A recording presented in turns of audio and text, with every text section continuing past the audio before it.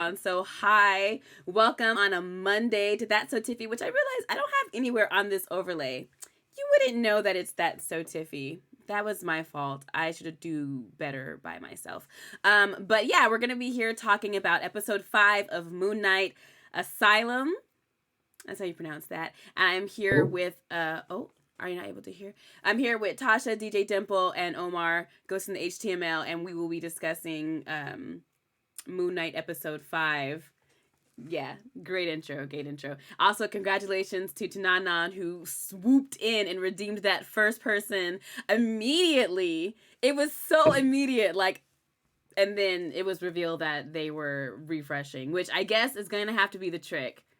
I will have to refresh because I'm tired. There are times where I'm literally sitting here at my desk waiting for Tasha's stream to start, and I miss it. And I get so unbelievably angry on those days. I be playing it off, hee hee ha ha in the chat. No, fuck everybody. I'm not in this community no more. Fuck all y'all. Y'all fake as fuck. Like, that's how I feel. Y'all fake as fuck. Y'all fake as fuck. It's such a combative way to start the stream as well. Just Right. people asking in the chat. Fuck everybody that's ever gotten first when it should have been me. I didn't say nothing on those days because I didn't want y'all to know that I was a loser. But I should have won. But I didn't say anything. How do you feel on days when you get it then? Just fucking triumphant. So good. Because it goes up until the last second as well. Because you can go and click on it and it could be there. And it's not until you look at the bottom and it's like out of stock. It's the equivalent of like if you've ever been around for like an Ivy Park drop. Beyonce's line, if you're trying to snag something from that line and it sells out like as soon as the website goes out, that's the way that it feels. I had this shit in my basket. It's mine. If it's in my basket, I should be able to check out. This is bullshit, Beyonce. Like, basket. If it's in my shopping cart and I'm in the midst of checking out, that's mine. If we were in a real physical store, someone couldn't come and take that physically out of my shopping cart, right? I've seen them try. They could. I've seen them try. I used to work at Macy's. Not without a fight. You know what? It doesn't even give you the opportunity to fight. That's the thing. You're like, can we have some sort of, could you imagine if like you and another person had the same item in both yours baskets and then it takes you to like this competition screen where like you have to battle it out for who gets what's in their basket? I think that would enhance the shopping experience online greatly. Yes. I feel like if Hunger Games took place in like the future, like the Jetsons era future, that's some shit that they would have in the Capitol as entertainment. But it wouldn't be shopping items. It would be like bread and things that people needed for survival. Not necessities, no. If I made it happen for a store that I ran, oh my God, I wonder if I could do that for Sailor Boom merch just for fun. Like, oh, so-and-so is also shopping for this battle. And then like you have to go in and like beat someone in tic-tac-toe or something. Tic-tac-toe? Oh my God. Tic-tac-toe would be a good one. Or you know, I went Hangman, which looking back, why did they let us play that in grade school? Y'all ever play Hangman? With the graphics. Like you had to draw the graphics. Draw this dude getting blitzed. I'm like, ooh, okay. Looking back, like as an adult, if it feels racist that they had us playing that game as kids, but it's fine. Fresh Prince is saying, said, I honestly just want to lurk since first and second were out of stock. That's how it feels. It's like, if I can't get first or second, I'm not even here to have a good time. My energy is negative. My jokes. Fresh Prince, you could do what I did and you just highlight a message and write whatever you came in. I just highlighted a message and wrote third in capital letters. And I feel equally as successful as a person in the stream. That's something a middle child would say. If you play being third right, it can be a lot of fun, Omar.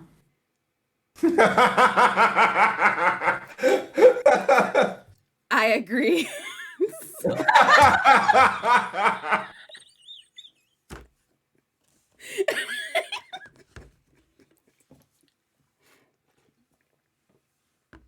Moon Knight, episode 5.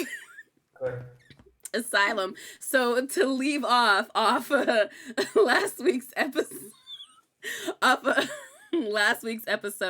Mark got shot. Not the me. Not random number, Fresh Prince is saying. He said, I'm staking my claim, god damn it. With the Tiffie sippy emoji. That's the part of it. I need one. I need a sippy. I haven't had one of those sippy cups in so long. I need another one. But yeah, so the last episode we left off in episode number 4, that's when after Mark got shot and ended up in this strange mental hospital where Harrow was a doctor, Steven existed outside of Mark's body. So we're looking at both of them exist as 2 separate men. And by the end of all of that, all the craziness of like just going through that place, the bingo that probably did not, I was on that bingo train. I don't know if you saw from last week's talk back that we did. I was convinced that those bingo numbers were cluing us in. I was with it. I don't think that they meant anything. But that took us to the gigantic hippo that they saw at the end. And they open up a door. There's a hippo standing there. That's where the episode left off. So this episode picks up with foreshadowing. And obviously we're jumping around in the episode. I don't care about continuity. Foreshadowing of what happened with Randall, his little brother Randall, and him getting caught up in the cave, and ultimately Randall drowning. That ended up being, there's a lot of foreshadowing in this episode. Can I just say, and I know I'm all over the place, and I apologize, but that's how I feel when I watch these shows. You know when they were talking about Doctor Strange coming out? And they're just like, Doctor Strange, it's going to be Marvel's first horror film, and it's going to be a different level of scary than Marvel fans are used to seeing. I'm just like, whatever. This is still owned by Disney. You know why Disney doesn't have a proper Halloween party? They don't want to be too frightening, so they call it Mickey's Not So Spooky Halloween Party. What are they going to do? And then they drop this motherfucking episode, and I am scared. This is creepy. This is too much. This is too deep. They had zombies in this episode. Oh, yeah. He walked into a room with everyone he killed. They were sitting there. Yeah. First time haven't done that. You know, never seen that before. Like, yeah. I'm in this landscape before. Yeah. I get it. No, yeah. You do dirt. That's what comes back to haunt you. So I like that aspect of it. You like well okay. So I know that you haven't. What if it was a room? Let's go. I already know what it's gonna be. A different sort of body, if you will. What if it was a room full of everyone you've ever fucked? Just like, and you had to face this room in order to balance the scales with your heart on them. Mm-hmm. Y'all think it's gonna be a bunch of high fives for me. Hey. High five. I'm like, I hope that scene doesn't end with a kid in the corner. What's that kid doing there? Hey. What's that? Don't follow him. No, I don't. Don't hide your face, Tasha. You said it. Stand by it. I don't know. Oh, God. That's the question. If I had to face a room, can you imagine? Can you imagine just being like, okay, now who the fuck are you? Can you please identify yourself? Like, wait a minute, no. Like, you're in the wrong place. This isn't like this isn't. Asking them, are you sure? When? Say when. They have to prove. Don't remind me. All right. Fresh Prince is saying, said, was it really scary or was it just traumatic?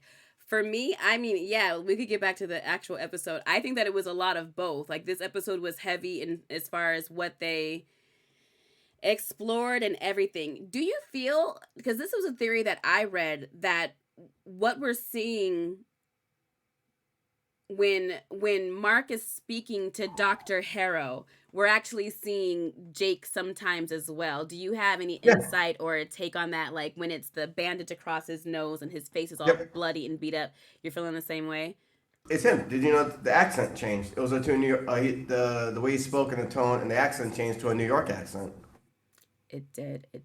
Yeah, that's Jake. Yeah, I knew that scene was different because anything that's really set in a mental asylum, those are the scariest kinds of films to me. I think because naturally it's like you put yourself in like what would happen if I was there, and you don't have a lot of control over what's going on with you or your body. And I think that's always like very scary. It reminds me of when you're like dreaming and somebody's attacking you, but you can't like say anything Oh or yeah, yeah, breathe. yeah. Like I feel any shows or films where they're doing it from the point of view of someone in like a mental health clinic or a mental asylum, like I always get those feelings where it's like very heavy. So those are definitely the scariest forms of like horror to me.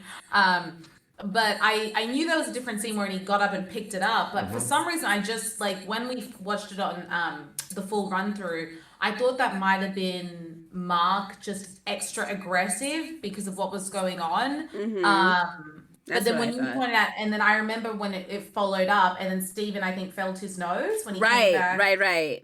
Yeah, and I was like, oh, okay, like so, and then Omar pointed out, and then we went back and rewatched, and I heard the different accent, and I was like, oh yes, because we had that point where they walked past his door, It's and like, he was like rattling out. In the previous Right. episode, they're like, leave that door. I mean, he So just I seemed thought Stephen, all. you're there fine. I'll hug you, Stephen. Leave that door. Mm-hmm. that's they would leave him, fuck him. I thought there would be more of a moment of letting him out, like he would come to the rescue somehow, or there was just gonna Yeah. be more of a reveal rather than him just appearing.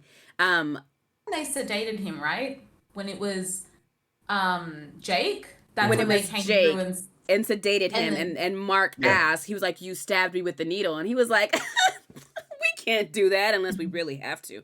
Like, not you, Mm-hmm. not you, Mark. It's the other. yeah, and so, and you can correct me if I'm wrong, because the big deep stuff in the MCU, man, that be going right over my head. I have to take a look at it several times.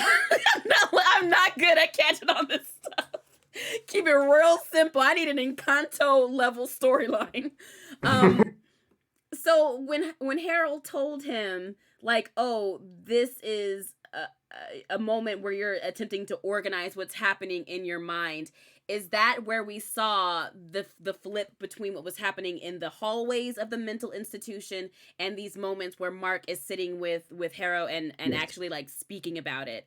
Is that what Yeah, your yeah. takeaway was as well? Like that Yes. was a fake moment within a fake moment. Like he's dead, so he's in this afterlife. Which I also loved the reference to Black Panther. I thought that was very Mm-hmm. nice, so that people weren't left No. wondering, like, okay, if this is the afterlife, then what about the ancestral plane? And she literally says, "The ancestral plane, it's so beautiful." So I thought I that loved her character. Tarouette. Yeah, she's great. there was Who was the one thing hippo? I didn't like about her though.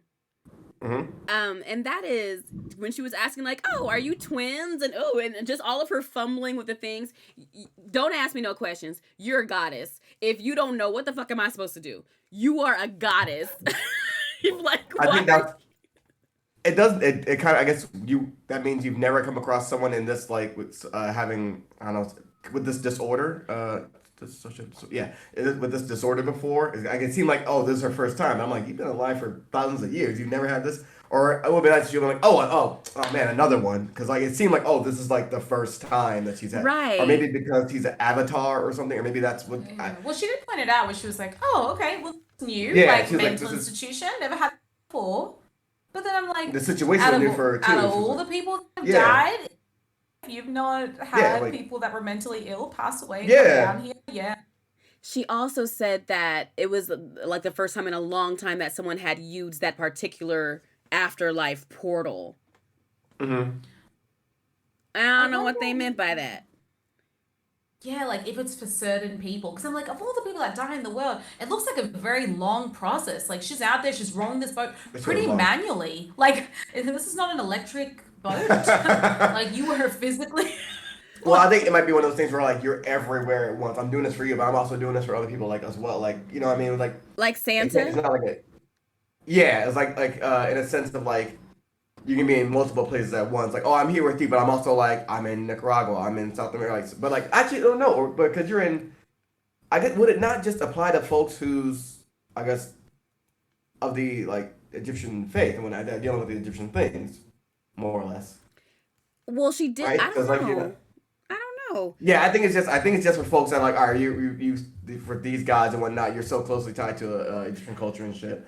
I think it's and also he became an avatar, so like this is so therefore you're in this now. Like, all right, well, Khonshu brought you back, like you're tied to us now. What's up? Oh Mm, shit, there's two of you. mm. Okay, That so I makes a think lot of that's sense. yeah. So like I think it's within the Egyptian culture, so that Like it's kind it of still separated, applies. and that also is why Wakandans go to the Exactly. ancestral planes, those that have a connection to it. And the Santa reference, Fresh Prince of Sans, was because like he said, you know, they're helping this person, but also possibly helping that person at the same time, so they Mhm. exist in more than one place. I Is Santa a god? This is getting too deep. I don't think Well, so. it's Santa, a omnipotent. god. You're a god. It's a god. Santa can go across. Well, she's a god. She can be in multiple places. It's a part of her. It's their part of their power set. Like I can be here across time and all this other time, and they're all I've invisible. seen It's the their Santa job. Claus with Tim Allen.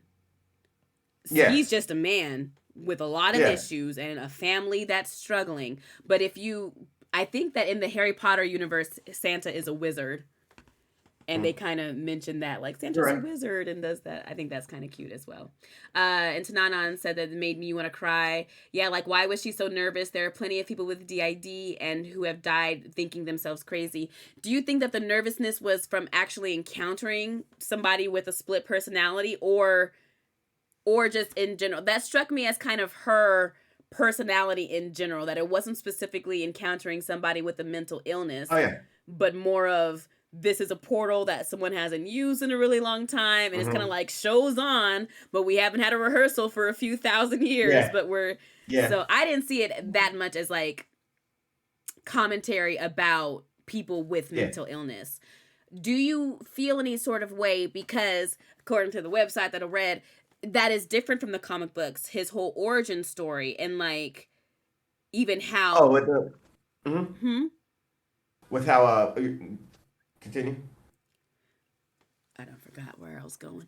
Well, you said different from the origin story, like with his brother, the issues with his brother and everything. Well, I mean, his brother as well. Because I just remember reading, they were saying that in the comic books, it wasn't this childhood trauma that made him split off and develop these different personalities, but rather Khonshu himself choosing Mark. Yeah, there's different. I mean, that's where you get into like retcons from different writers and such things as that. Oh, Like, okay, yeah, so like where anytime like, oh, actually this happened, or actually this, I was like retcon. Originally was, oh yeah, he met he already one version is he met Khonshu, and then like maybe that's what fractured him. Like that's when split personality split.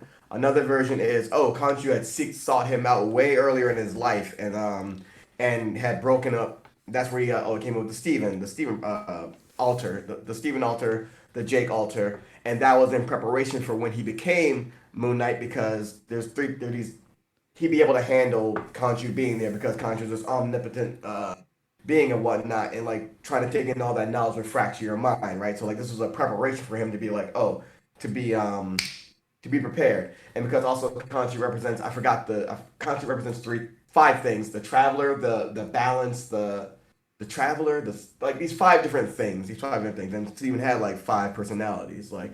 But in the original, it's just he was. I think his father was a rabbi. And I believe his father was.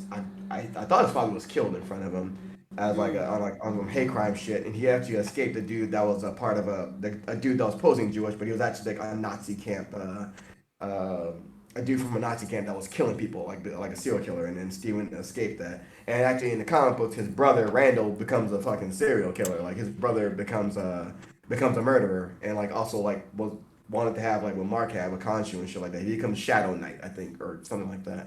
So this version's kind of better a little bit. I like, because I was like, oh, it's a little cleaner. Like, oh man, my brother. I didn't like the mom being the abusive mom. Like I feel like it falls on the mom. You know what I mean? I didn't like that part, but Oh, different the version. mom ended up being, mad abusive because Yeah, yeah.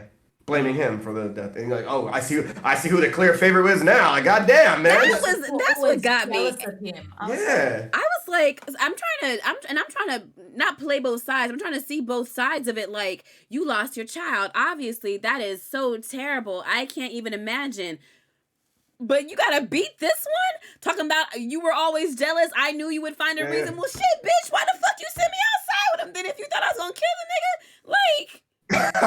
Like, You had a good explanation of that. Like, oh, like, because kid, like things will happen because you're a child. You don't listen. Tasha was like, you're like, well, I'm gonna like, your kid's like, hey, you don't go do this because the water will rise. You will die. One of you may die because that's why I'm asking you not to do this. I mean, like, but then Do you remember you were talking about this? Yeah, I mean, I wonder as well, like when a traumatic event like that happens, whether, especially, look, a lot of our parents and their parents are not the most emotionally Oh well yeah, yeah, yeah. adjusted people, as we're all finding out through our own journeys of trying to be better in this world. So I feel like maybe it wasn't dug into as like what the actual progression was. Like it felt Second. very pointed from the start. Like I wouldn't have expected her to really.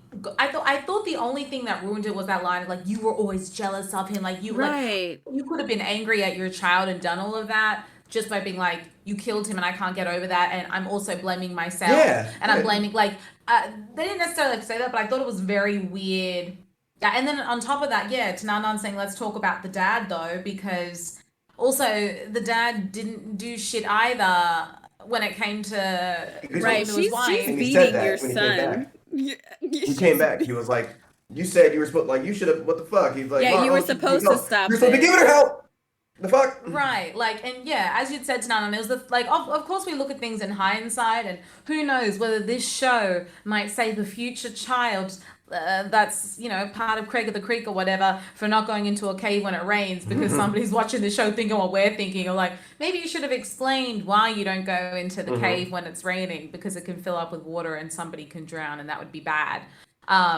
But yeah, I think that maybe that was the only thing they were a little like flimsy about how harsh that was and I think you could have gotten to the same outcome of her really projecting a lot of her own hate of herself and Yeah. anger onto her child but instead they made it weird with that just that Make one her sentence like make it her was weird. abusive. Make her abusive as fucking Yeah, and because yeah. she could have been abused but like in the way that we've seen a lot of parents be abusive like Verbally. you haven't handled your own shit and you're taking it out on your kids like that's mostly why I think parents are abusive over anything else but yeah, the way that they did it was like really interesting. But the outcome was the outcome. Obviously, the split personalities was to deal with trauma as a child. And that was so deep. There was so much just that was this made this listen. I watch Marvel shows to escape my thoughts about mental health. And I don't like that between WandaVision, Loki, and that is shit. I'm thinking a lot about mental health. Just Um, go for I it. got a suggestion for you. I got a suggestion for you. You want to think about mental health? Watch Daredevil. Just watch a motherfucker beating niggas' asses, and then feeling guilty about it in church. Like you know what I mean? That white Catholic guilt. Ooh, it was delicious. Oh, Father, forgive me. I'm gonna do it again. side note. Omar has talked about Daredevil for a really long time, and I was like, all right, let's watch it. And we're up to like episode 12 of season 1, and it's true. He will go out there and beat it, and then come back to church, and then the priest is like, we have this fancy coffee machine. Want a latte? And then doesn't even make an actual latte. Like it's not even a latte. Anyway, they'll just sit down, and then he'll spill his guts out about he was trying to kill people, and the priest is like, interesting. No one takes their coffee, and he leaves, beats ass, comes back, and it's like. Shit's rough out there, Father. Still, Shit's rough out. Father, I'm trying. These niggas keep testing me, but I'm trying, Father. and then the priest is like, oh man, yeah, you seem sad. Coffee? And he's like, Yeah. I don't think so. He's like, all right, cool. I've had like 4 coffees today. Yeah. Anyway, why? Why would you say it on this coffee machine? Anyway, Daredevil is more violence with a side of mental health. But yeah. you're right. Like all these most recent ones feel very like dark age Marvel. Like, oh, you're not prepared for it to be this heavy. You better take that shit back to Spider-Man. We're in the dark shit now, baby. Even Disney movies coming out. I know I said I just want Encanto level storyline, but no, between Encanto and Turning Red, we're facing generational trauma and holding ourselves accountable. It's too much. Fresh Prince is saying said at least you got a break with Hawkeye, but maybe I don't want to break because again I still have not finished Hawkeye. And You know what?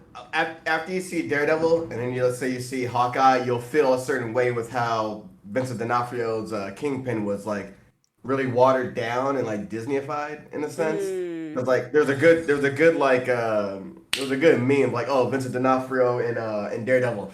It's like a T-Rex like and then like Disney, not for you. It's just like it was like such a big difference. It's so true. Oh, I have to relax because first was also like the dad was like, "No, stop! Don't be there." Yeah, I'm like that. Was the dad's energy, and I was like, and all he could do was look at his son and be like, "Sorry, man." The son's like, "I'm going away," and he's like, "Please don't go." He's like, "You're not to me anyway. I'm getting the fuck out of here." I want to go. I'm gonna go be. He was in the books. He was Marine, CIA, and then a mercenary. Yeah, which you did allude to. Yeah, He's like, oh, I guess there's nothing all like this with shit, a spit out vet. Like all you can do is like this private work. So the private work that he had to do after leaving the military was that killing folks? That wasn't killing folks. I think in that instance at the archaeological site, dude, Bushman like switched the plan up. Right, like, and he said he was trying to get everyone away, and he failed, so they all died. And I think that he wasn't just out there directly killing people, kind of how they led us to believe at the beginning of the season, but more he tried specifically to rescue people and failed in doing that. And so it's the guilt of like, I couldn't save them, so I might as well have killed them myself. I think that was a very interesting character turn because we've been viewing him as this very like, not monstrous character. I haven't, but that's how he's been painted, as opposed to Steven, who is so very like straight-laced and such a nice guy. How'd you feel about him when he because like, all right, we have to, like, speaking of all this trauma and whatnot, it's like, oh, we had, like, you gotta let me see what's in that room, we have to go back, and then him like, yo, you can't make me, and he starts hitting himself, and then like cut him and Harold like, oh, whoa, chill. He's like, oh fuck, I'm here again. Like, because like I was like a mental break from like, I can't go back and visit this trauma to like, all right, now I'm outside of that again, and then Harold be like, guess what you're gonna have to do? Go back and visit that trauma. But it also looked like Mark didn't want to go back there because I don't think he wanted Steven to know. Yeah. As well, like obviously that was the thing at the end where I think to a certain extent he was protecting Steven. Yeah. Yes, I've had that same kind of observation that Mark, even though Steven was created in Mark's mind to protect Mark from everything that was scary around him. And we saw that like even on the Steven Grant poster when it was like, when danger is near, Steven Grant has no fear.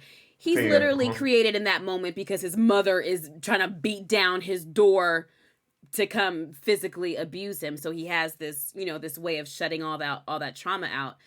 I think that I said after the first episode that I felt that this series just could stand alone outside of the MCU, outside of being connected to Disney or anything to do with Marvel. It's just a really good show. And I don't know anything about DID, but I know a lot about mental health and dealing with trauma and not wanting to face things. And the way that they portrayed it is so accurate. And even the way of him getting to the field of reeds at the end, literally sacrificing the part of him that he created in order to protect himself, that getting rid of that, facing all of those things, and ultimately getting rid of that last thing that was keeping him protected from those things so that he can achieve balance and get to that place, that's fucking deep. I didn't ask for that. They were like, Moon Knight's gonna come out. And I'm just like, oh, excellent, another MCU show, cool. I didn't ask for this. Meanwhile, Jake is there. Yeah, get rid of him. Yeah. I fucking like that guy. I think that's gonna be a thing. Like, okay, he's gone, but then like Jake comes. I'm like, oh, you couldn't have all three at the same time, or maybe Steve. I mean, what's preventing him from coming back? Should have kept your mouth shut, man. That's what I did. You wanted to get all involved. Look at some doors. What happened? No, you gotta keep quiet and come out once you pass the door. Door. You and your heart weight on that scale thing. Fucked up the hippo lady. Yo, the scale thing. Which is so crazy. Like my dad like talked to me all about like African history, Black history, Native history and shit like that was as a kid, right? And he mentioned, I remember it so vividly where he was talking to me like, in the afterlife in the Egyptians they believed that your heart was weighed against the feather, right? So like, if your deeds are good or bad, like if it evens out, you get to pass on. And it was just so crazy to see that actually like physically represented in like a piece of like media, and they're like, oh, it'd be in a Marvel thing, and I'm like, oh man, like it was so crazy to see. I really liked it too, but also being like, fucking dad always right about shit, man. So I was like, god damn it. But I never thought I'd get to see that, like, I've read about it, but I never like to actually see that and how she went into it's just like, oh, I know this will work or not, and then she right. I thought I thought they needed 3 hearts. I thought they had to go back and unleash Jake, and Yeah. then this will be like what balances everything. But then it's like, oh no, Steven had to Oh. die. One of y'all niggas got to go. I was like, oh, Do you think that we're gonna damn. see Steven again? I think so. I wonder if it'll be Steven, but like reimagined a little bit, a Mm, healthier version of Steven. I don't know, where he gets I to think explore so. something I else. think Steven will be the conscience. I think id, ego, super ego, right? So I guess Mark would be the id. I think Jake would be the super ego, and maybe Steven is the ego, like how you want yourself to be seen. I believe that if I'm Yeah, not but the mistaken. journey, oh my God, like the journey, I thought that they just portrayed it so well, even though the parts where he goes back and he's like in the chair again, Yeah. like it was frustrating because it's like building, building, and then he leaves it and Right, you're we're like, oh finally my God, getting somewhere. Yep. this Yep. Yep. fucking guy. But I thought it was very interesting that he picked him in his mental as like the psychologist to Hmm. be like, I thought that was really interesting as well. In the comics, the hero is he's a scientist and shit, and he's like got his face is like I think it was a birth defect where it's like kind of his face like Twisted? twisted into like a permanent snarl that causes him pain, and he is really that is Moonlight. I guess Moonlight. Moon Knight's one of his earlier villains and shit like that. You're Because everyone thinking was like, about Coyote, I at was. least. Aaron was like, well, why didn't you go with Bushman? I was like, well, no, everyone goes that, but like we can go this way. I think Bushman will be in the second Yeah, because I think villain. Hera's definitely been one of those villains in the show where you're like, if you were Kanshi's last avatar, like, Yeah, I I can didn't. always get how people, if they've seen enough shit in the world, I was like, just get rid of people before they do the shit. Like, I Hmm. feel so many villains, like, go into that mentality, and to a certain extent, you're like, it's not Not perfect, but it helps. It's not a what we're doing right bad now. idea. Well, I'm like, what we're doing right now isn't great either. Hmm. Like, so I feel like those villains are, and even these things where you're like, oh, your heart is measured against this feather, and if you've been good or bad. And I just think that our world is so much more complex these days, which I mean, obviously, Avatar was very good at exploring between like very finite good and evil and like very complex good and evil. But, I definitely think like I like the intelligence of the villains, and I thought it really reiterated that even though they've been Adversaries. adversaries, that to a certain level, if he's imagined him as his Yeah, psychologist, yeah. that there's got to be like Mm. a little bit of respect or a little bit of something Truth like to what he's a saying. you could like you're the person that's helping me sort through my feelings, and that subconsciously is how I think of you, Mm. or yeah. And because he's not getting along with Dr. Harrow. Like, he doesn't like him. He might respect him and his Mm. intelligence, but no form of him, as Mark, as Jake, or as Steven, does he trust him. So he's still Okay. very much an adversary. It's just one that makes sense in the setting of a mental hospital. If I'm a patient there against my will and everything is scary and confusing, then the person in charge is my enemy. So I think I like how they kind of did that. And I feel and I like seeing Ethan Hawke more. Like, I think he's a good actor in this role. Like, he could give us this very creepy villain that we know is a villain, but this also more subtle villain that we still know is a villain, but we're more willing to listen to him because he is a doctor. Be like, I don't know, being in that position, I think it's difficult to play both of those really well, but Ethan Hawke makes it like good to watch. So you're just like, I fucking hate you, but go on. Yes, exactly that. Exactly that. You said Zahir. Why did you say Zahir? Fresh Prince of Zahir? Oh, for the complex villain. Uh, Beautiful, complex villain. Yeah, it's very complex. He was very Yes. strong. Strong muscles. So many muscles.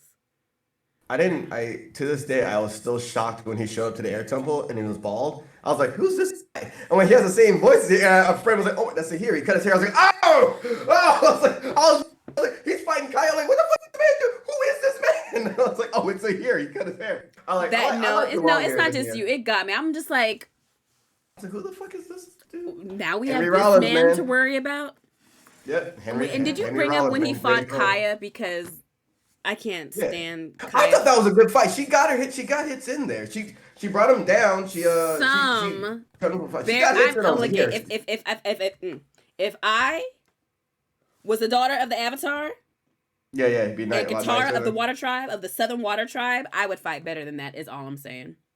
But when She when she she looked broke the icicle that yeah. what's her name? What is the woman it was H, the one with the tentacle lady. When a tentacle water lady threw the ice and she broke it and sent it back. I'm like, I think her name is. Yeah. That I'm probably making. Oh yeah, she could fight, but once again, I believe between Katara and Aang, all those children suffered a lot of neglect. I like Boomy. Boomy was my favorite.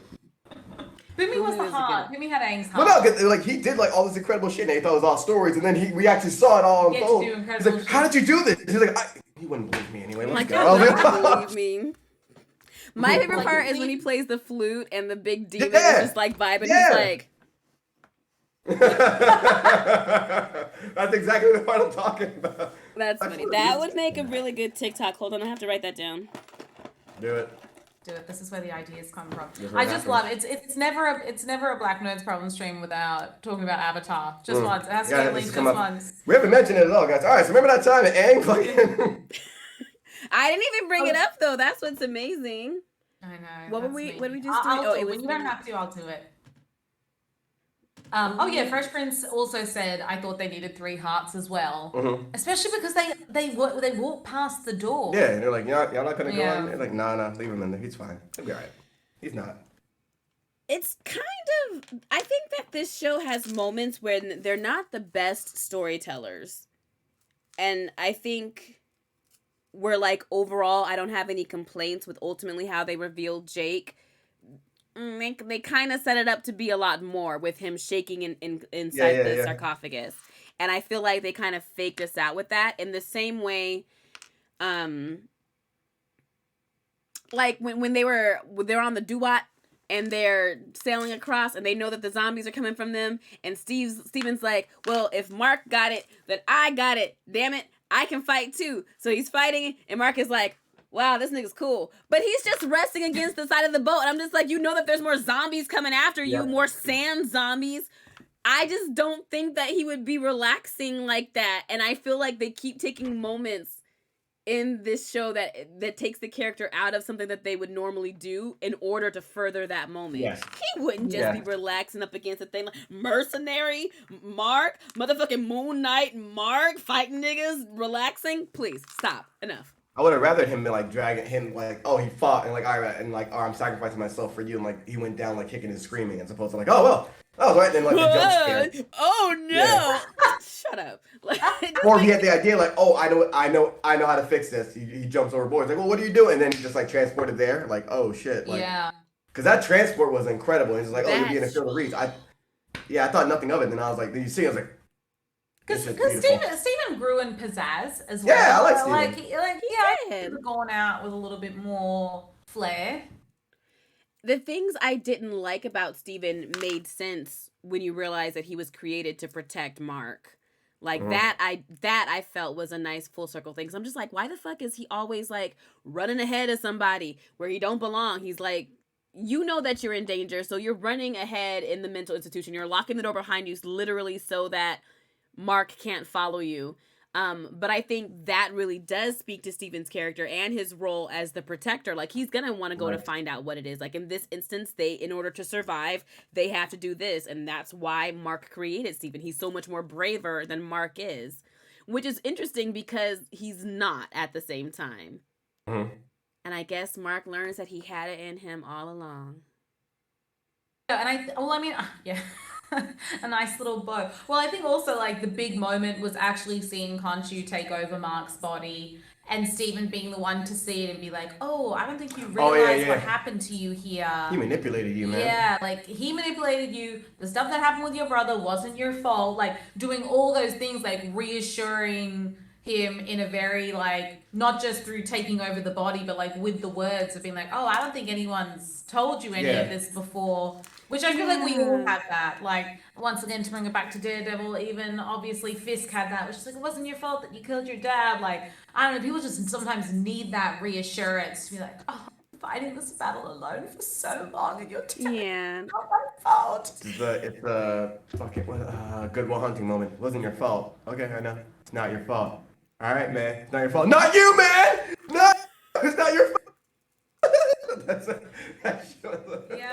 He's like, I know. We just all want to be told that some shit that happened isn't our fault. Just every once in a while. Just every once in a while. And I think that was really heavy that they gave him that moment in it. And yeah, Khonshu. Kanye's a dick, man. Is he? Yeah. Let's But examine also, it.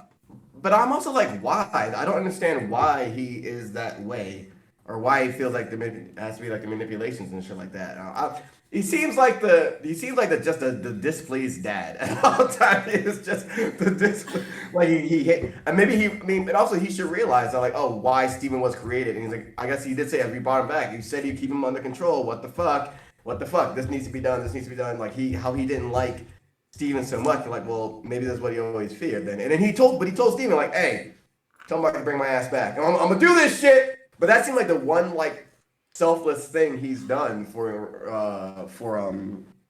Mark, where there was no like he knew like, okay, I gotta go away for this shit. Like, there's no way around this. Make sure that motherfucker brings me back. Yeah. He going like he not gonna want to bring me back. Make sure that motherfucker brings me back. And it's like, well, will you be more nice when he does? It's gonna be interesting to see how they reconnect. He's swollen around. He's like, you're I'm gone, man. Like, I was fine, man. That wasn't that bad, bro. It's like, told you, you're got shot. See what it's like. See, oh, look at all my. You out here getting caught, man. On the first day without me, your ass is shot. But I don't like. I understand that like he did bring Stephen Mark back from the dead a lot in comics. Like, he was he got resurrected, or whatever. I don't like. I'm still not a fan. I understand it. Like, oh, it's mythological. Like, let's do it. It's quicker, right? I'm just not a fan of the like, oh, I summoned this thing, and like it makes sense, but I'm not. I'd rather it be a suit that you put on. But I understand how it makes sense. But also I like the Mr. Knight suit a lot better too. But I'd rather. So wait, without Steven, do we not get the Mr. Knight suit? And yes. Because that was Steven's suit, right? What? That is his suit. You're right. If Steven's gone, like for realsy's gone. Mm-hmm. So he's got to come back for the suit. Mm-hmm. I feel like they're not going to tease us with that suit and then take it away. I'm looking at the suit right now on the overlay. They're not going to tease us with that and then just take it away from us. And the mask too, and then the eyes glowing with it, and like the stitch going down. So I think to represent like how the fracture. But like I imagine if he does, let's say he comes back. Yeah, let's say if he comes back. Let's say if he does come back, I imagine that stitch is gonna be gone. It's gonna like all look like clean all around. Oh. Yeah, I mean. Oh, sorry. Fresh Princess Sans is validating you in the chat, Omar. No, it was my fault. I meant to do that shit. It's alright. I meant that. There you go. He do it again. So I do it again. No, I was say that Conchu gives big energy of like, man, if I was you know what it reminded me in Winning Time when the coach is like, I can't coach this team because I want to be out there and I know I can play better than everyone on the court, and it's killing me. If I go out and I can't keep watching these people fuck up, like I feel Conchu is like, you're right. Oh, Jerry West. He's Jerry West. He is Conchu is Jerry West. There's a that's the I gotta find that scene, see if I can cut it and make that Conchu talking.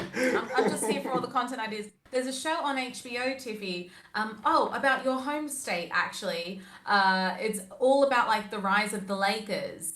In the 70s, it follows Magic Johnson. It's called Winning Time. And from tweets that I've seen, I guess people that really love basketball are like, oh, it's quite flamboyant. But I think it's a good watch. And yes, there's a coach in there that's like Jerry West. He's the logo of the NBA. Yeah, like he's the actual So it obviously, I think it's historically accurate in terms of the people that are involved. Yep. But there's definitely a scene where he's like, I can't coach your team, and he's like, why? And he's like, because these guys fucking suck, bro. I want to be at. Well, he's like, well, I can't get the best out of them, and I can't coach them because I want to be out there. I know what I could do as a player, and I want to go and do that. And they're upset that they can't live up to what I want or how I would play, and it's fucking killing me. And it's like it's killing us. It's killing us both. So like you need someone else. Yeah, like I feel that is Conchu's energy. You are right. You're right. Conchu is Jerry West. He's Jerry fucking West. He's like, I would have crushed all their windpipes. Like, what the fuck are you doing? You're over here trying to heal for your trauma and shit. Crush their windpipes. I feel all of the like mentors in a lot of Marvel, Daredevil's the same, where he's like, you could be great if you didn't have all this emotion about you. Like, if you didn't care about people so much, like all you guys suck for that. Like you could just go out and kill and be done with it. But instead, you want to keep people alive for no good goddamn reason, and it causes problems later down because you imagine if we killed these people at the start like I wanted to. Yeah. Very I much. Yeah, don't. Stick and Country would get along great. Yeah, They would get I think along so. fucking great. Yeah, I think so. Now you got to watch Daredevil and you got to watch Winning Time. I just keep adding shows to the list of things you have to watch, Tiffy. It just keeps going. I got Demon Slayer, Haikyuu, Ranking of Kings, Comey Can't Communicate. Comey Can't Communicate, Craig of the Creek, Daredevil. Winning Time. And you know what? We're out of the winter season. Well, you're going to experience full on winter season when you're here, which is great. Like hibernation, watch a lot of shit. But we're going into the summer, so I have no expectation that you should use the summertime to watch all of this. Save it, or as my mom says, TV will be there forever. I'll get to it eventually. I don't be going outside as often as people think. I don't go outside. When I go outside, I go to Disneyland, which is it might as well be inside. But Trader Joe's. You gonna do Trader Joe's like that? Trader Joe's, Target, Disneyland. That's not outside. That's not like going out. That's Trader Joe's. That's grocery shopping. It's going out. It's not going I out. mean, you did that over here. It's going out. It's going out. That was a learning experience. That was research. Yeah. I was saying, Tananan mentioned Kotaro Lives Alone. That's another one. It's on Netflix. Basically, Ranking of Kings and Kotaro Lives Alone. Like, these two little boys would be best of friends and fight anybody for either of them. That's very adorable. Let me see. After Atreus. What'd you say? I said, they can be my sons after Atreus, my child from God of War. From God of War. He's the one that went over the thing with the arrows and the... Oh my God, that boy! I'm like, this kid became nothing better when you see a child become a fucking monster. Tag team specialist with his daddy, man. Brilliant. I don't know anything about the game except for that clip. Yeah. It's so cool, Tiffy, because in that game, you can choose to either build yourself up and strengthen yourself, like with the points that you gain, or you can strengthen your son. And I was like, fight on my path, child. I will strengthen you up. Jordan did the same thing. He's like, I hit behind things. Like, yeah, get him, Atreus, get him. Drag him. Yeah. Did you notice just different things? Randall was coloring a picture of a goldfish in the flashback before he went and died. Yeah, he was coloring a picture of the goldfish. The same goldfish was framed in Mark's room when his mother came in to beat him, and the very first episode is called The Goldfish Problem. Oh, fish without... Then, if in the picture he's coloring, whether he's missing a fin. He is missing a fin. In the picture that he colored, like he just hasn't colored in the fin. Oh, that's so smart. I love when shows do that. I love when shows do that too. There have been a bunch of QR codes that lead to like issues of like his first appearance, his second appearance, and then his first issue, his first solo issue. There wasn't one in 5, but there's been one in 6, and I saw that online. The QR code? Yeah. Like when you're in the hospital, like it was one by a room, and there was a QR code underneath it. In the show? Yeah, in the show. Oh, like and people could scan the QR code? Yeah, it happened. It's been 3 so far. There wasn't one in this. Wait, I saw one. I saw a QR code in this episode. Yeah. Oh, in this one? I thought I did, and I'm like, that's weird. Why is there a QR code? Unless there's somewhere else where I've seen a weird QR code. Because literally today, I saw a QR code in someplace weird. And I'm like, why is a QR code there? I should take out my phone. No, you know what? It was at the gym. Okay. It was unrelated to this. It was not during Moon Night. Never mind. It was very lovely watching you work through that, though. Yeah. I solved the mystery. Mm-hmm. I was the issue all along. Oh yeah, Tanana, I agree. The storyline of fish, because in the first episode we first get a new fish and it's like now he has 2 fins. I'm like, so did Mark go and get the fish when I'm thinking maybe in Steven's mind it's 1, but and Mark comes through like, oh, it's 2, but it's like, but why is he seeing? Maybe because they're so splintered now, things are merging. Because if he's coloring 1 and we say he's coloring as a child, then it's 1. Now, then looking back, I think he did say our worlds are merging. There's been an issue. Yeah, so that the time, because basically in the first episode when obviously his wife is like, oh, where have you been, that must have been like he must have kept Stephen pretty tucked away all the way up to the mother's funeral. That's kind of what they say, Yeah, right? And yeah, then once yeah. the mother's funeral happens, like Stephen comes out more and more. That's the takeaway I got, that he created Yeah. Stephen very young, and until he left home, lived his life as Mark, Indeed. and then when his mother passed and he got word of the Shiva, that's when Mark came out, or that's when Stephen came out again. And I You know think what?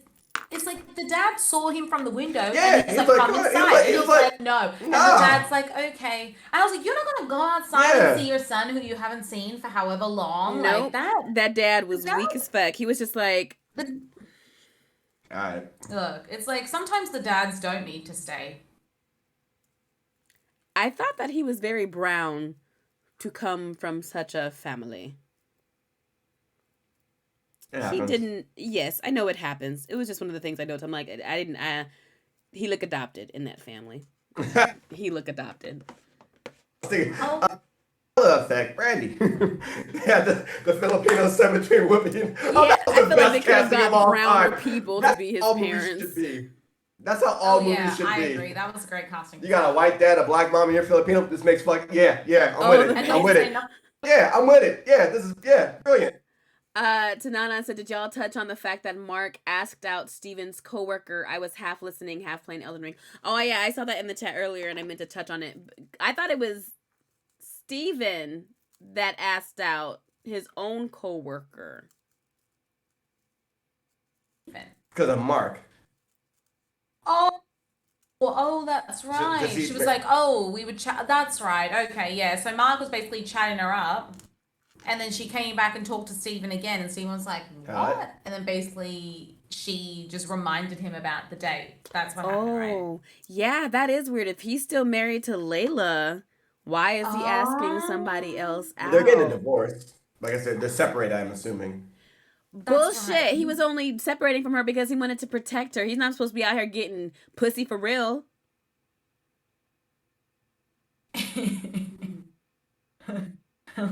That's going to be the starting clip thesis for this YouTube video. Sometimes dads don't need to stay.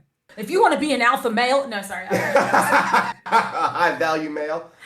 Well, I have no answer for that.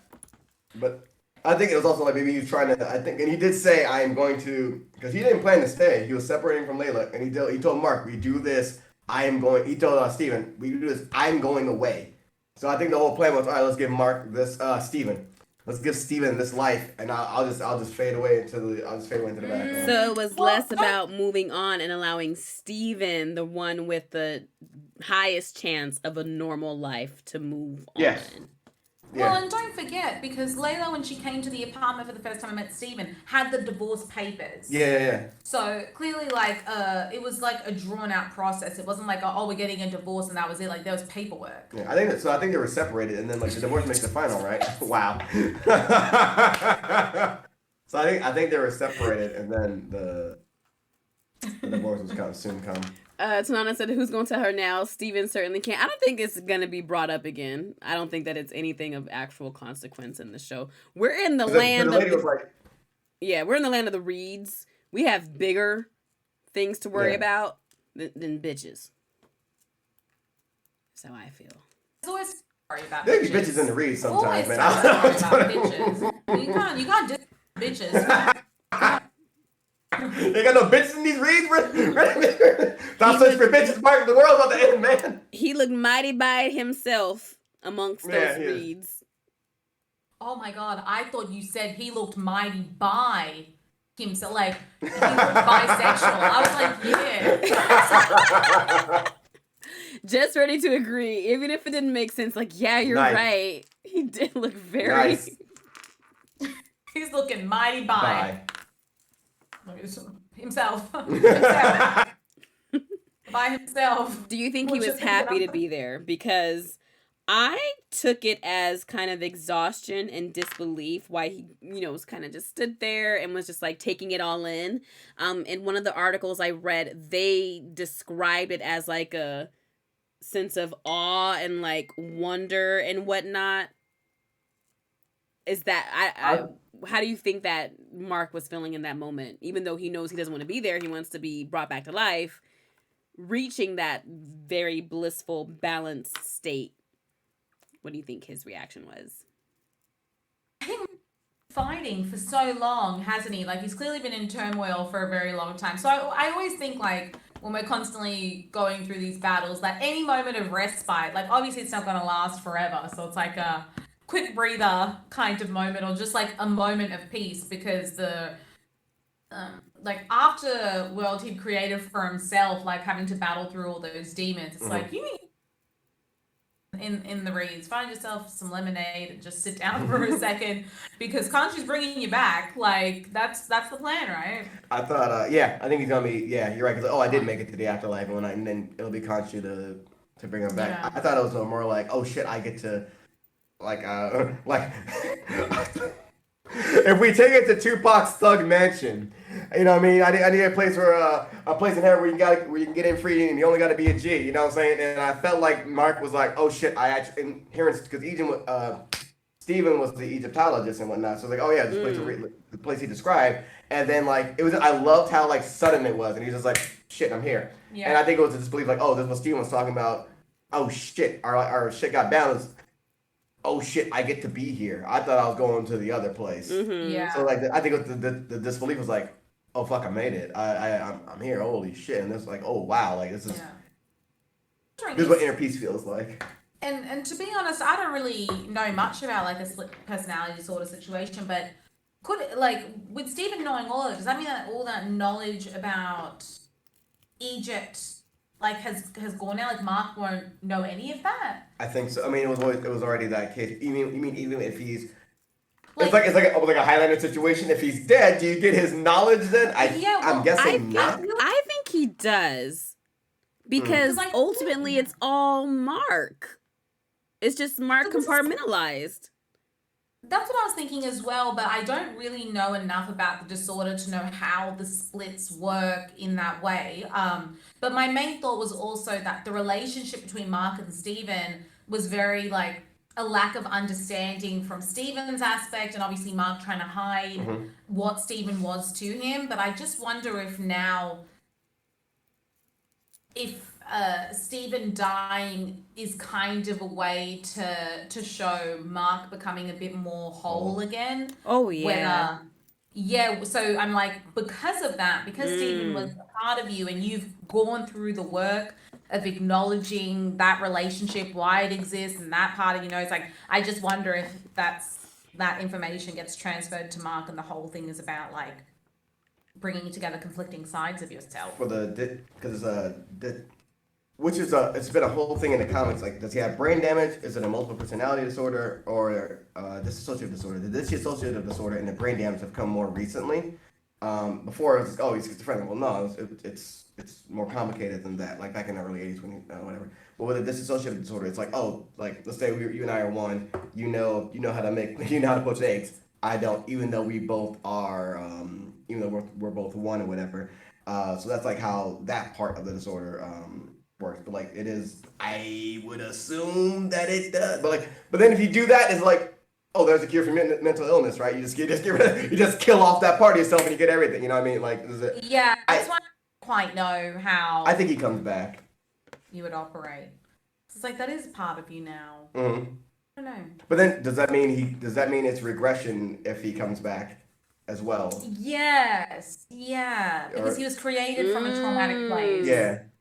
Which makes me think, like, while he was in the military, whether Steven, I feel like so many characters that come out of it that are, like, kind of fucked up a little bit, they just, like, blow past it, but they're like, oh, yeah, I was in the military, and I'm like, that's the common thread. Everyone that goes through shit has, like, this stint in the military. But I really wonder if Steven ever came out at that point, because obviously that's, like, a very traumatic experience to be involved in as well. Right. Or... In the books, Steven's the millionaire playboy. He's the millionaire.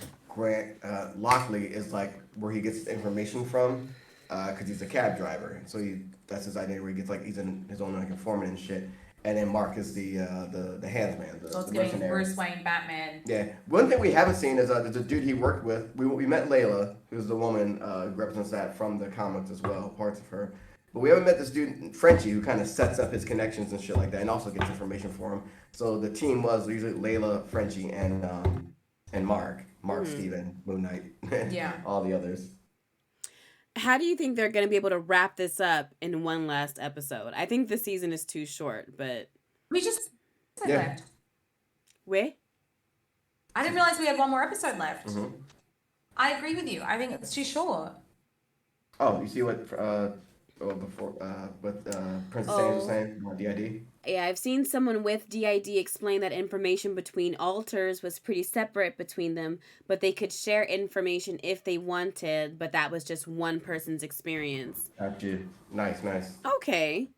And I think that makes sense. Like, if an alter is created in order to protect the main person or the other alters from, traumatic experiences, then maybe information wouldn't flow freely between those channels. Like, that's literally why they are created. So that makes sense. I don't have any experience with DID. I ended up on DID TikTok at one point. And, right. How'd that go? Oh, well. So there's this one creator that claims to have DID, and sometimes it does get difficult to tell, like, when someone truly has something or when they're doing things for the internet. It's hard. This kid seemed really, really genuine. He's married, and so his wife also, like, will sometimes make appearances and just talk about the effects. They go live all the time. I see their lives more than I see their videos. And they'll switch while they're live and come in mid-conversation and just, like, switch out their name tag and be like, so yeah, anyway. Like, so that's the only exposure I've had to it, and I can't even say that it was an authentic experience. So, To your previous question, how you think it'll end? I think Mark's gonna be down bad because I mean they showed a clip of like it was in the trailer like this Superman-esque fight where they're like doing like the X cross through like the moon where they're like clashing like flying at each other crossing through the moon. So like obviously the fight with Harold's coming. I think Jake has to come out to either Mark does it all on his own, and then Jake pops out at the end, like, "Oh shit, who are you?" Like in his head, and he sees him or whatever.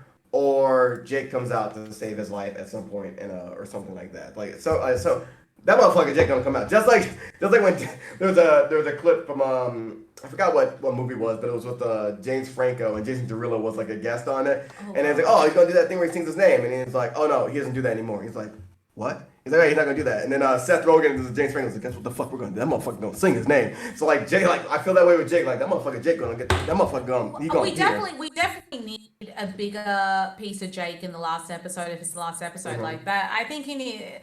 As you've said, they've kind of been teasing us a lot with it and not giving us enough. And while I understand that Jake was unknown to Steven, Mark, like obviously Mark has to know about Jake and understand when he comes out on like what that was made for. So I don't think that Mark has been pushed enough in a fight for Jake to come out.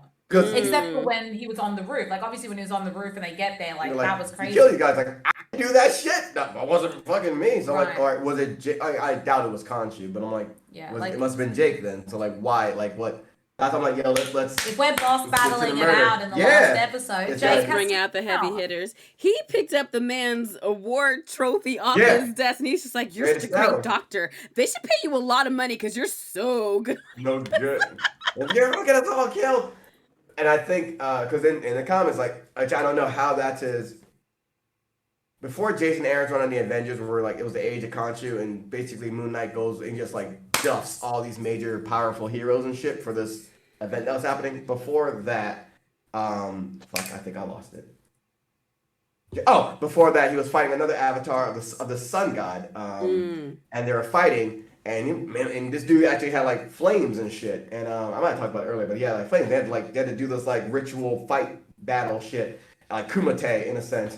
And then they're like, all right, we're down bad. All the personalities are talking like, all right, so what the fuck we gonna do? This guy's beating our ass. And then like, oh shit, we realized, yo, there's a full moon out. Yo, all right, he's got the power of the sun. We're fighting under full moon. Our power, like, you know what our power is fucking resilience. We don't die. We don't die. And Jake's like, oh, our power is fucking crazy. Like, yeah. And then like, all right. And so he gets up and he's like, just, and then like the dude like singed half of his hair off, but like he lost a tooth and he's still like, nope.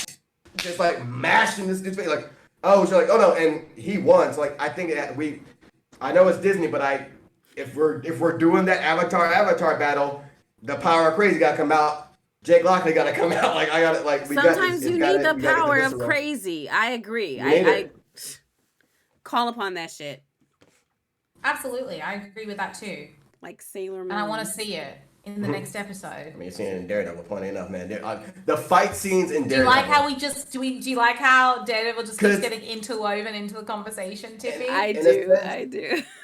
Moon Knight, they're both on that level. Just Moon Knight's a bit more like, if you want psychotic mental issues, and like he's fucking brutal. Like there's all these other elements and whatnot. But like that's the only thing. Like I'm perfectly fine. Like all right, cool. They got doing jokes and shit like that. It's Disney, whatever. But you got Daredevil on there, and I'm like, it doesn't always have to be like this dark shit. But like, it would be nice to see one, man. We haven't really had that from a Disney iteration yet. But like, cool that Daredevil exists, but like it would be nice to see Netflix that. And Marvel was doing that shit. I'm saying, but also like the fight, like everyone's like, yo, like Shang-Chi had like, oh man, they had Jackie Chan's fight scenes. They had Jackie Chan's fight choreography team for that. I'm like, oh yeah, for that one bus scene. All right, cool. You look at Daredevil, I'm like, each and every fucking fight scene, like nasty. Like there's nothing has touched this yet. So it's been nice to see that with this element for Moon Knight. And you know what? Now that we understand the whole thing about the multiple personalities, I'm also very excited to see more actual fighting happen. Yeah. Because we kind of missed out for a lot of the fight scenes in the first couple of episodes because they wanted to keep us in the dark about Steven and Mark. So every time things would happen, obviously the blinky would, and then everyone would just be dead. So right. Yeah, that would make me so angry. I'm just like, he's surrounded. How's he gonna get out of this? Can't wait to witness every last punch. Nothing. Can you do the eye thing that he does? What eye thing? When you know how like every time he switches and he's like,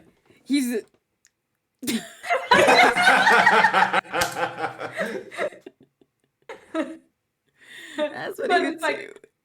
Literally phenomenal acting by Oscar Isaac through the whole thing. You're playing 3 different characters, not only like on screen, any little reflection that happens, you gotta switch. Like phenomenal casting, I think, for Moon Knight. It was so good. There is an article saying like he hasn't really picked that, like he's such a great actor, but like the roles he's gotten, like he was Apocalypse in X-Men First Class 2 or whatever. Yeah.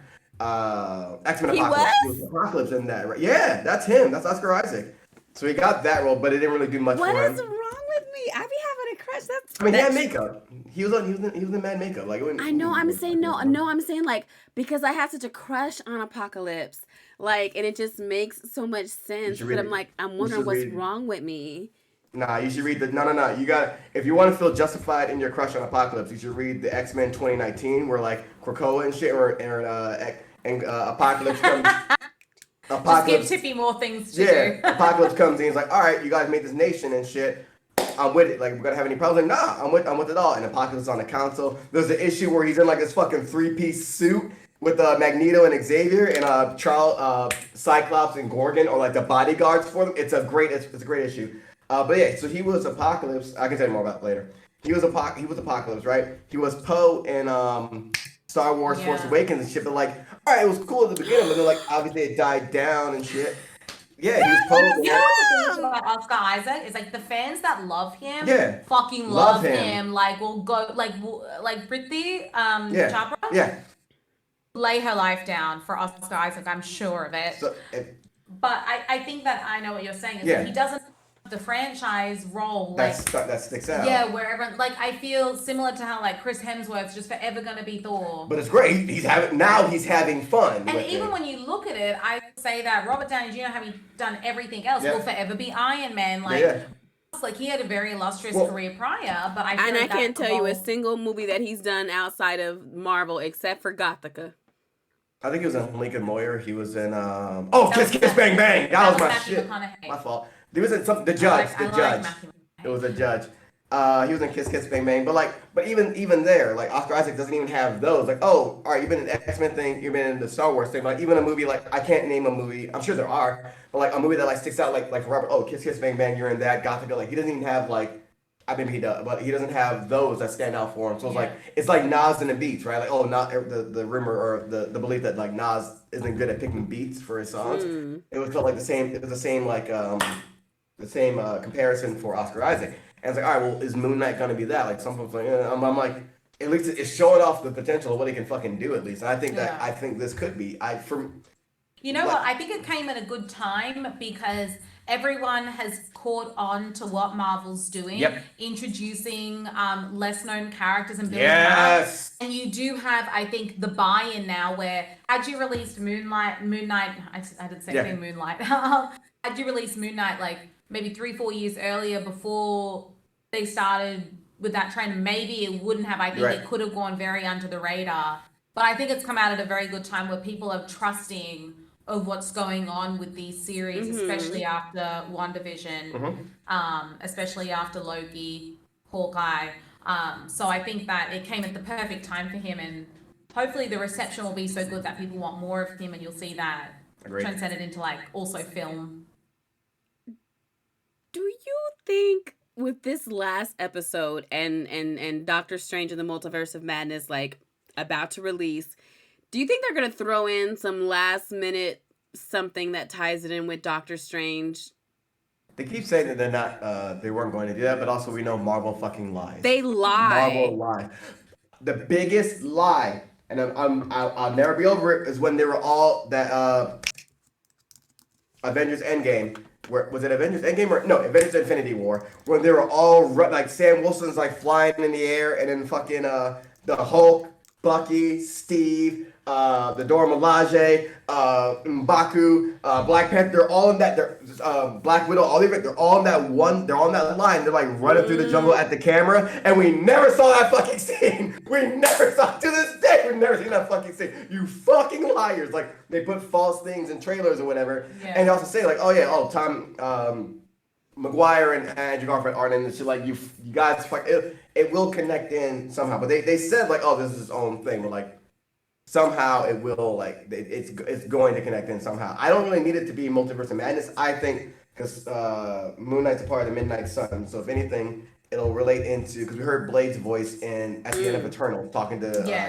what's that guy's name? Kit, who becomes the Black. He's the line of the Black Knights. And so, if anything, it will relate into that because Moon Knight rocks with Blade sometimes, and if anything, he'll be rolling with him. I think he has loose ties to Doctor Strange sometimes, but if anything, it'll tie in with Blade because also we're street heroes, and he can follow werewolf too. So like I mean like. Well, it's very nice. I think it's a lot more fun seeing like I know with the Avengers like it felt very politicky like you're seeing how hard to do this and you have all this red tape, and so it's really nice kind of, and I was like, we don't need to be reminded how politics work. It's just it real life every day. We want to see people kill people with no remorse, with no regard for what's going on around them. I don't care if I fucked up your car, your kid's car, your husband's car, your wife's car. Like, you're gonna love season 2 of Daredevil for that.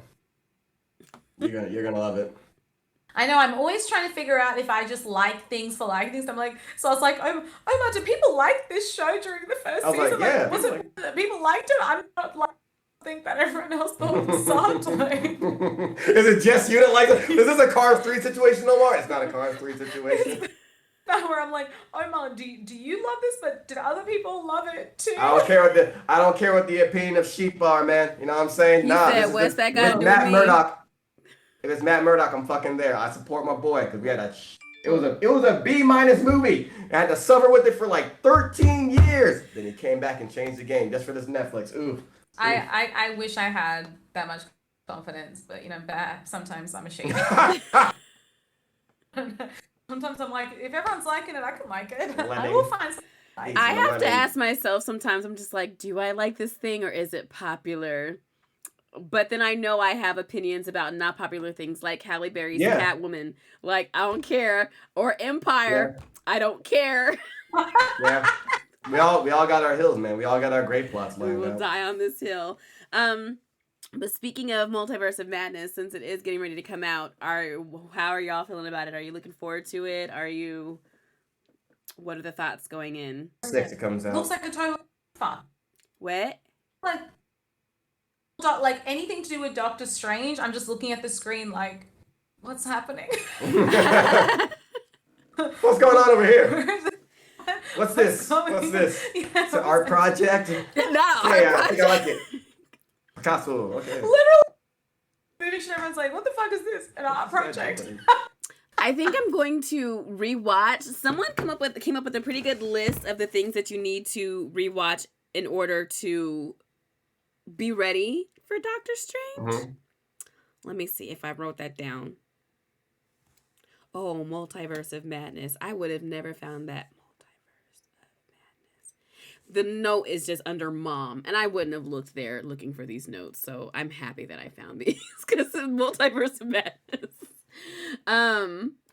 So yeah, the list of like just important things is Doctor Strange, and then Infinity War, and then Endgame, then WandaVision, then Loki, and then What If. Yeah. And that is, yes, Fresh Prince is saying that's literally what we were just talking about. The movies to prepare in order to watch it. I never go back for things unless I'm watching with someone that's never seen it before. You never go back. So like, no, I don't. I mean, I always. Like, but what are your coping mechanisms if you don't go back and watch the Oh, same just reading new content comics. over and Just over? reading- And That's over how and y'all over have and time over to again. watch so much stuff. I spend so much time watching the same thing. So much time. Well, you guys are multitaskers, so I understand. Yeah, I just read comic. I just read. Oh, wait, there's a new comic week out this week, or like today I was researching because the issue comes out May 4th, where the first X-Men to die comes back, and he's written by Nyla Rose, who's a trans woman that's native, and Steve Orlando. So that comes out this week. So I was like, all right, well, I always wanted to know about Thunderbird and how he passed. So I read Chris Claremont's run on X-Men when it happened, which he didn't want it to happen, but then they made a decision, like there was a decision made to like, oh, well, we gotta show like there's consequences to these things, but I was like, oh, so you gotta kill the native dude first? All right, cool, whatever. So that was interesting. I read that and also wanted to know like, well, why does he have this issue with Cyclops? Because we've seen it back before the. I was like, why? I'm like, oh, here, and then also it was really like a bunch of insecurity issues. So like, I read things back like that, or like comic is my thing. Like, or it's rare. But sometimes I'll go back and read a comic. Like, all right, let's go back through this issue. Sorry, I'm just laughing at Tanat bringing in the same energy where you know it's like you cram it in for study. Yeah. Tanat, hold on, what films do I have to watch? I'm gonna go see this with my friend. Yep, there's the list right there. Doctor Strange, Infinity War, Endgame, WandaVision, Loki, What If. But you know what someone should do? And that's what I thought. And I'm like, a better content creator than me. Somebody should just make quick videos. Like, here's what you need to know from Infinity War to get ready for Multiverse of Madness. Here's what you need to know from WandaVision to get ready. Like, because not a lot of people are not going to go back and rewatch it. But someone should hit the points of just like, you need to know that there are multiple universes. You need to know that this shit is cracked right open because of some bitch. You need to know that, like... This white bitch, right? Is just out here wilding. So it starts off with a white woman fucking up again. Yeah. So like you cannot forget the again part. Again. In the case of Wanda, you know the same like white woman fucking up again. Yeah. Again. You're like, I made a TikTok about it. Go check it out. I want like how do I switch around my schedule to be able to make that? And the answer is I can't. I'm not that kind of creator. When are you gonna go see it, Tiffie? I want to see like I don't listen. I still haven't watched the previews. I have no idea what to expect at all. Yes. So like I'm excited to see it, but there's no rush because I'm out of the game of fighting for movie tickets. fighting crowds. I don't do none of that shit. So if it is released on a Friday, you know how they be releasing things early on a Thursday. If you're lucky, your local theater, I'm gonna check and see if Edwards down in Rancho has it playing, and then I'm gonna sweep through. But I keep the schedule. Rancho where? Rancho, San Diego. But Oh, I thought I was not Cucamonga. Oh, okay, cool. There's a lot of ranchos. We got Rancho San Diego, Gotcha. Rancho Penasquitos. We got a lot. All the ranchos. That's a local cinema chain? The chain itself is Edwards, but Rancho San Diego is where that one is located.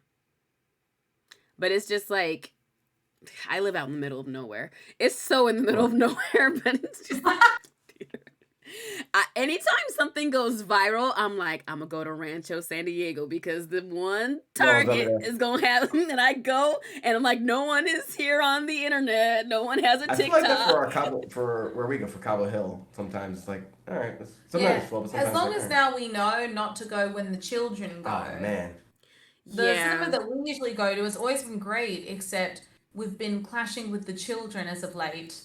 And it's not a good experience. Oh my God, Spider-Man No Way From Home. I must have told you that story. But they were like teenagers, and there was one child sitting next to me that had all the snacks, all the loud snacks, and had set up a snack station at his feet, right? So like he had all the dippings for his chips or whatever, and he like constantly be like watching the film and then be leaning over towards me to fucking dip the chips and everything. And I was like, I appreciate the innovation. And then he would have like the candy that you like open in the box and it like rattles a lot.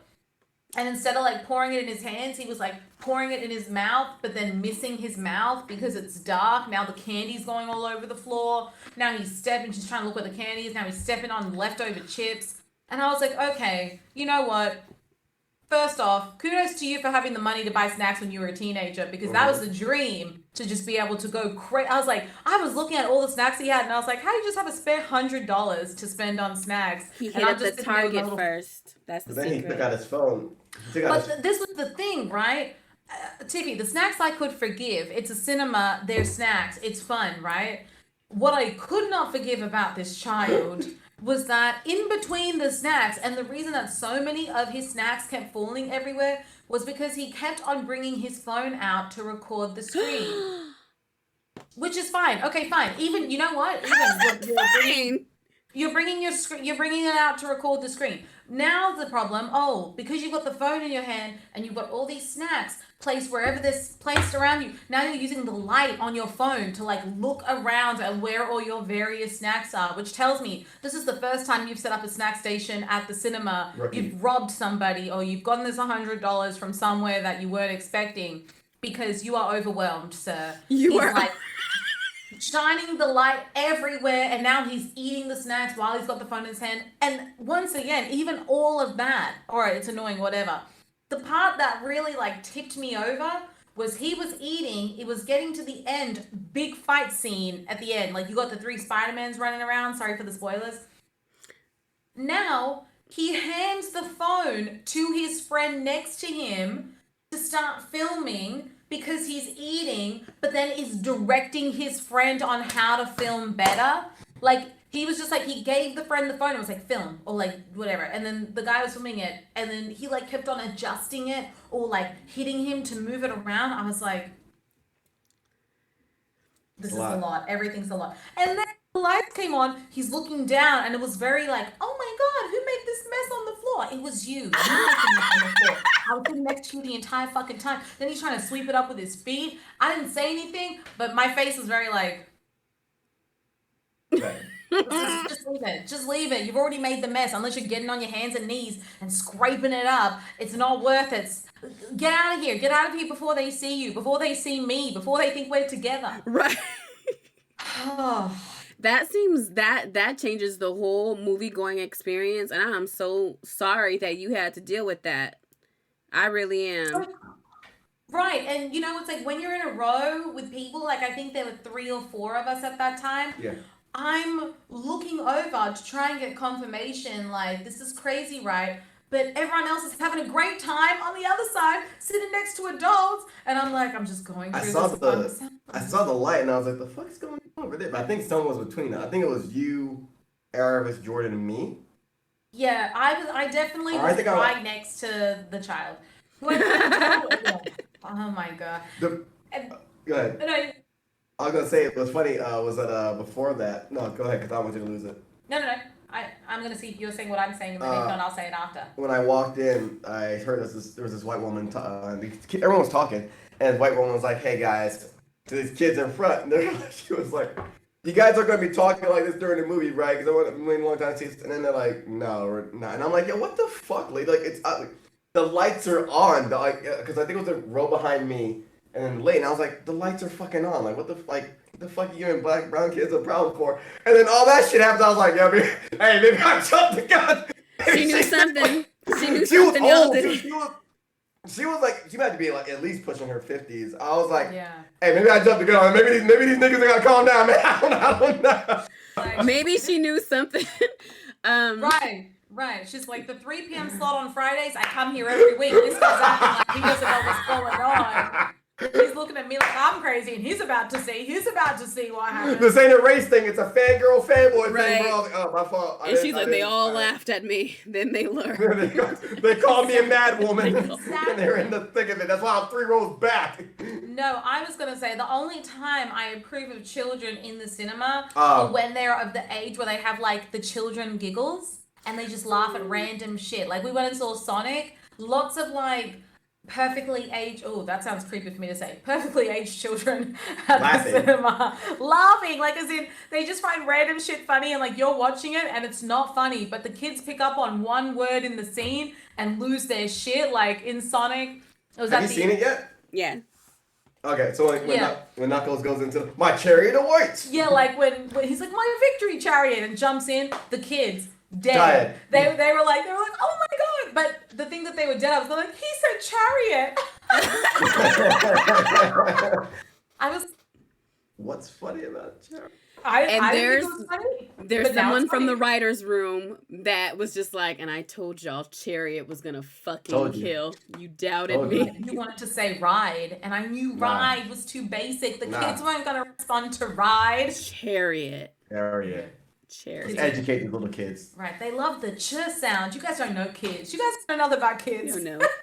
Tananan said hundreds of bootleg movies have been shot with much better manners. Exactly. My mom.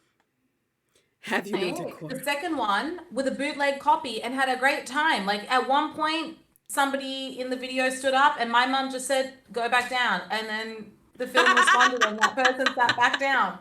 She had a great time watching that bootlegged at home. Because bootlegs used to be like a whole enterprise. Like, and you can walk, and I'm sure in New York as well, but you can walk around in Santee Alley in downtown LA and see where they sell the good bootlegs. Like, they print up DVD covers and everything. And it's like buying the actual DVD. We had this VHS of Finding Nemo, and it was a bootleg copy. Ran that shit to the ground, had a great time with it.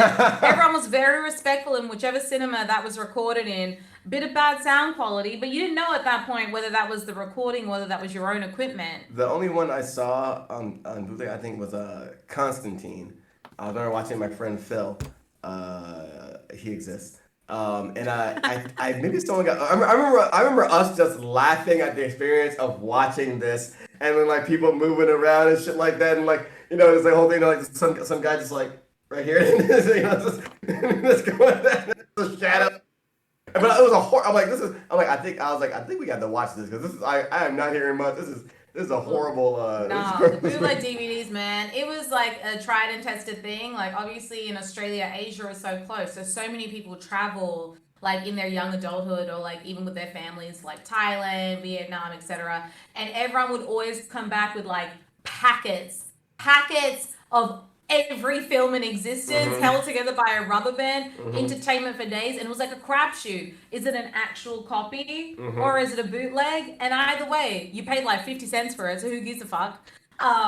Ooh, 50 cents, hell yeah. We had the expensive prices. They $5. I I mean, the plane ticket to Asia, obviously, probably. I forgot it was a different country. But you get the experience. You know, it's not like you would go specifically for the bootlegs. That's true. That is very true. It's like a nice side piece you pick up.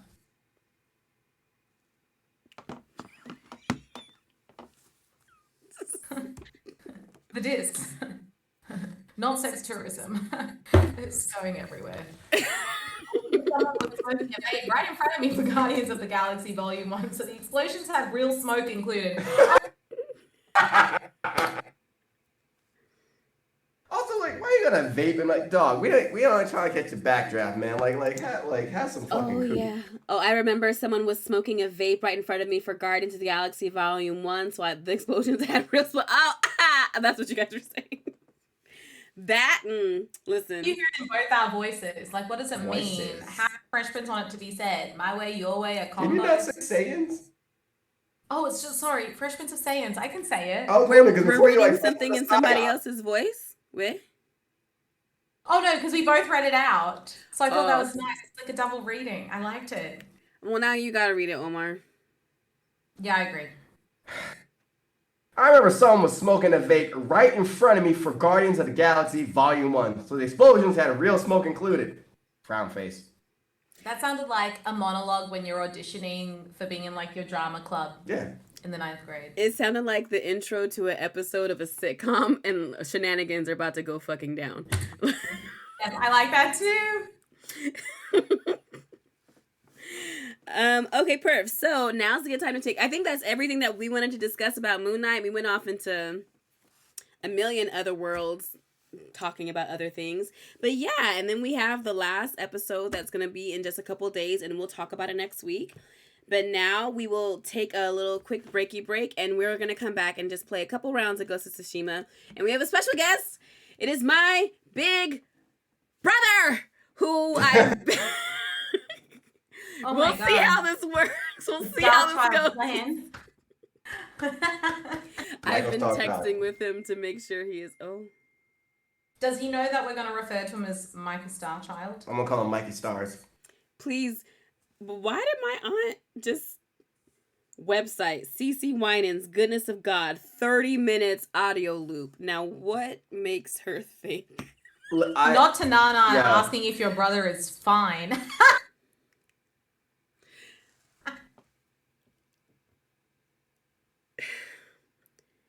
I mean, he looked like me, so yeah, we look dead alike. So. Yes. I brought my picture of my brother to school once. I forgot what, maybe that's when I got an assignment. And I remember this, I was in 6th grade. 6th or 7th grade. 6th grade, I think. I'll never forget. I don't remember her name, but she goes, "Oh my God," there's one girl behind me. "Oh my God, who is that?" I was like, "Oh." I'm like, "Oh, this is my brother." He snatches the picture from me, runs across the cafeteria, tells her friends. I just hear them all explode. And then point back at me, and then like the confusion on their faces. Then they look back at the picture and explode. I'm just like. But they did that with Kesey too, didn't they? No, the track meet stopped for Kesey. It was an indoor track meet, and she walked because the door was here, and you walked out onto the track, and then you had to go through the track to get to the middle part. It's all rubber because it's indoors and shit, indoor gymnasium and shit, and like they're all still warming up. People are still warming up and shit. But I remember these were doing drills right in front of it. She walked out. Fucking stopped doing drills. I just remember all of the Hackensack team where I was from standing up. "Who is that? Oh my God, that's my sister! That's my sister! That's my sister! Sit your ass down, Clifton! What the fuck? Shut up! Sit your ass down, Clifton! What the fuck, man? The hell? I was still a freshman then, but that was oh my God. I lost it then.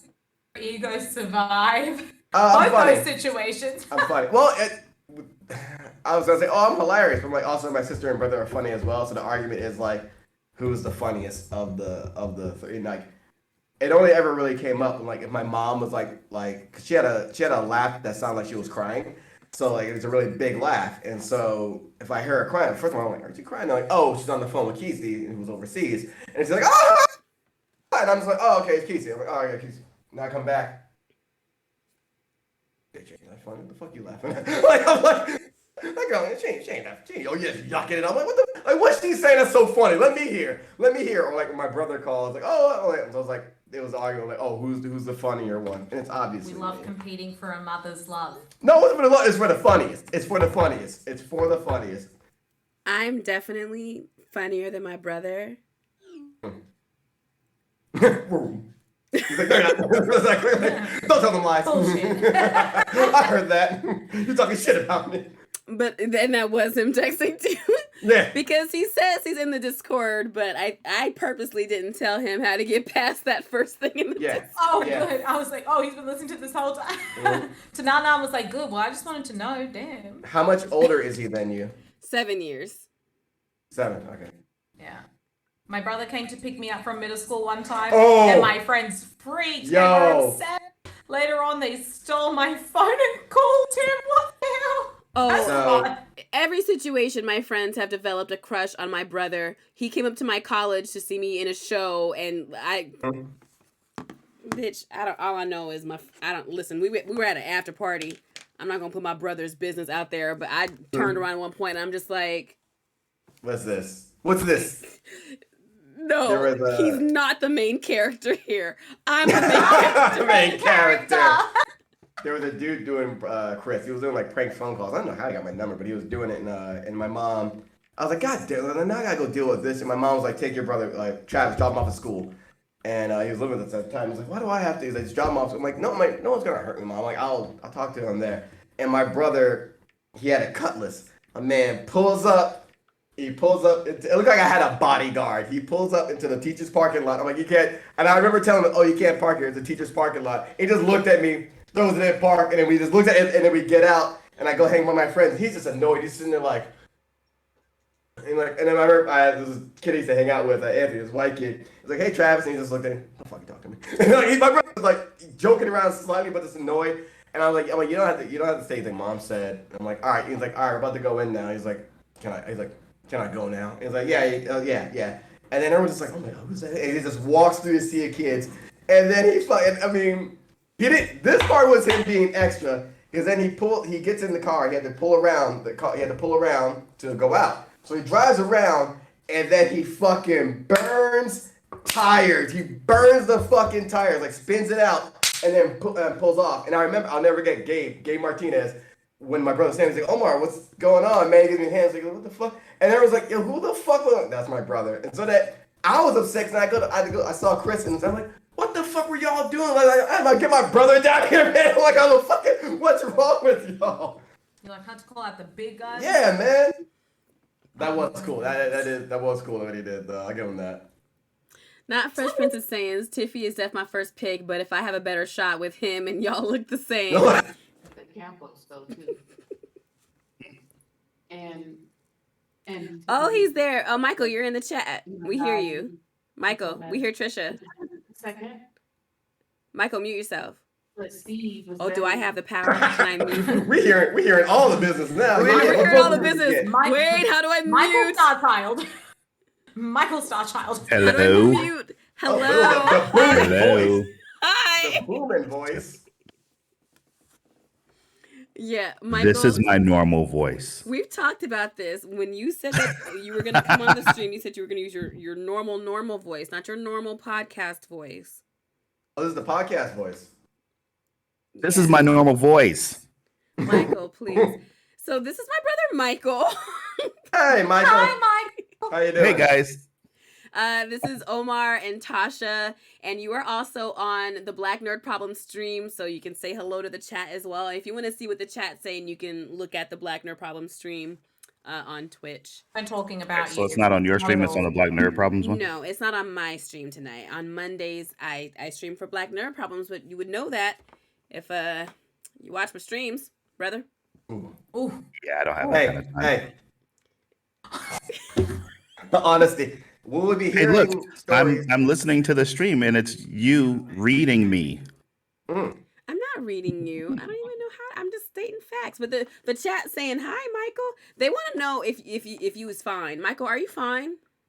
Are you fine, Mike? I'm doing okay. Thank you for asking.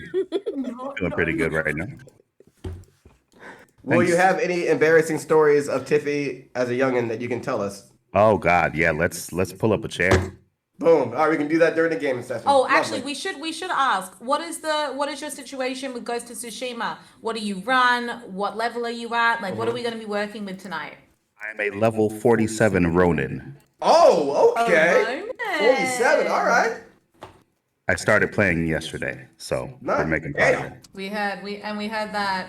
You tried to get Tiffy on. Tiffy was like, "Sorry, I have better things to do." That's not true. Tasha, goddamn. No, I was asleep. Michael, I was asleep when you sent your text at 9 and I saw it at 1 because I have weird sleeping hours. So I saw it at 1 and that's Text when I me at replied, like hey, 2 are you o'clock in the still up? morning. Are you still on? Like what? I just wanted to show that I He thought said you might sleep not with be air on. quotes. I would have played if you were awake. I was definitely not on. Well, that's on you for sleeping. That's weird. Yeah, So my bad. don't do it again. Okay, so we're gonna take a break here on the stream so that we can get switched over and set up, and we will be right back.